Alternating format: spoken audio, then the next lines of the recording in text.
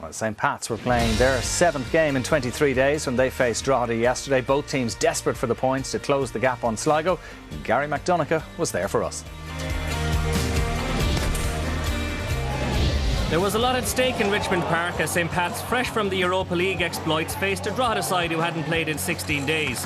It was the home side who created the opening chance of the match, but James Chambers failed to find the target. The opening goal of the match came in the 11th minute, and it was a soft one. St Pat's goalkeeper Barry Murphy received a back pass and didn't seem to be under that much pressure, but he made a complete hash of his clearance, and Gavin Brennan took the present with glee to shoot home his 3rd goal in 2 games. It was a costly mistake that sent the away fans into raptures.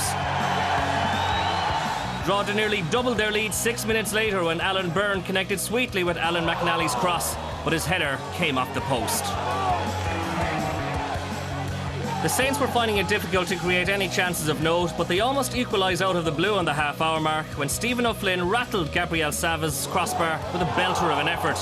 It would have been a beauty. Drogheda, though, really should have gone into the break leading by 2 or 3 goals as they had St Pat's on the ropes. First, Paul Crowley's cross picked out Declan O'Brien, whose header was well saved by Barry Murphy. And a minute later, Murphy again atoned for his early howler by brilliantly saving Cathal Brady's effort after O'Brien had sent him through.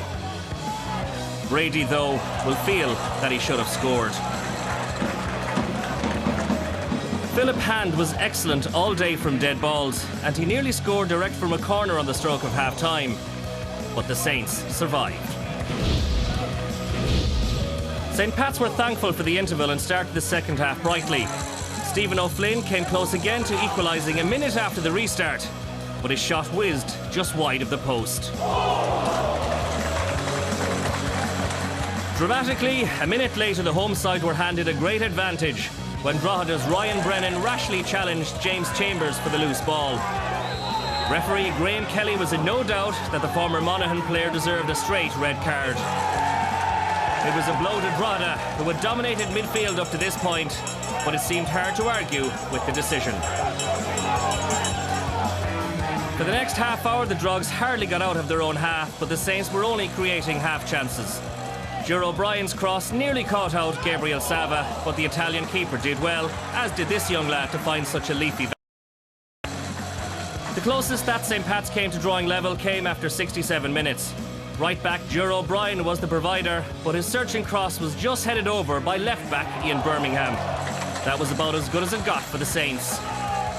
15 minutes from the end, the game was all but over as a contest, and again St Pat's conceded a bad goal defensively. Derek Prendergast's cross should have been dealt with by substitute keeper Brendan Clarke, but Peter Hynes, another sub, slid in ahead of him to score his 4th league goal of the season.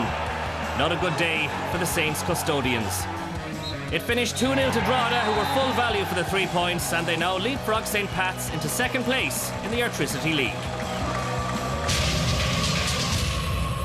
Very disappointed with the performance. The result was bad, but the performance was worse. I don't think Drogheda had too much to do to beat us today, but these things happen. To come to Richmond Park, to play St Pat's and come away with 3 points is more than we ever anticipated.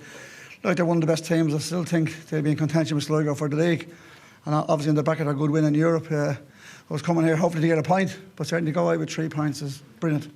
Yeah, you'll be absolutely thrilled, won't you, Mick Cutton? There is the Premier Division table. Sligo Rovers flying high at the top now, 6 points clear from Drogheda United, who probably have to pinch themselves to see themselves second in the table, ahead of St Pat's now on 28, Shamrock Rovers 25, and then Shells and Bows at the bottom.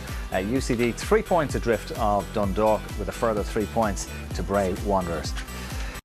Johnny, you were at Richmond Park for that game as well, and I was going to ask you, was it European, did tiredness come into it? But then you look at Bows and they won at home to UCD, so I don't know, is that a convenient excuse? I think both teams made changes, but Liam's changes were 2 centre halves and the goalkeeper. Like, obviously thinking about the game coming up on Wednesday or Thursday, sorry, yeah. But the 2 centre halves are probably the 2 least players that would run around the pitch. The goalkeeper, I don't know what it was, the keeper, he got injured, he dislocated his finger. But the sloppy defending was... So you can't blame Barry Murphy for both goals. 2 bad goals, I suppose. I mean, we'll have a look at them here, and he's only responsible for the first one, though. I mean, Bryce, he's played it inside. Pat Flynn I don't know whether he should have played it back, but he could have just took a touch to the left, the keeper. I know it's easy saying it. He nearly saves it, but it's a sloppy goal to give away. And you know, maybe people aren't thinking about Drogheda, like the second goal here. Prendergast does really well. He doesn't get picked up. Where's Price for him here for the shot? Clarke, he should have, I don't know. You know, he could have went forward and picked up the ball. He's very, very slow reacting. Like, Drogheda didn't have to work too hard to get their goals. I looked at the Drogheda team. They worked really, really hard around the pitch. Everyone knew their jobs. And, you know, they just a great bit of confidence around them there. We spoke about them a couple of weeks ago, under the radar.